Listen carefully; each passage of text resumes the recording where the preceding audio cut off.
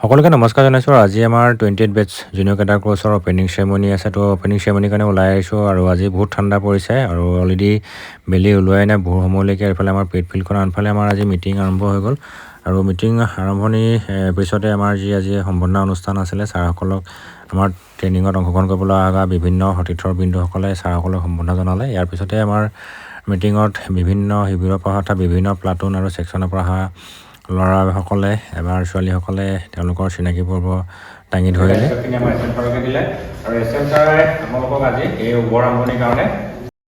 আৰু অপেনিং চেৰেমনিত বিভিন্ন ধৰণৰ যিবিলাক ডিল ডিচিপ্লিন আছে বা কেনেকুৱা ধৰণৰ প্ৰগ্ৰেম হ'ব গোটেইখিনি বুজাই দিয়া হ'ল। আমাৰ RSI আৰু SM ছাৰো গোটেই বক্তব্য দাঙি ধৰিলে।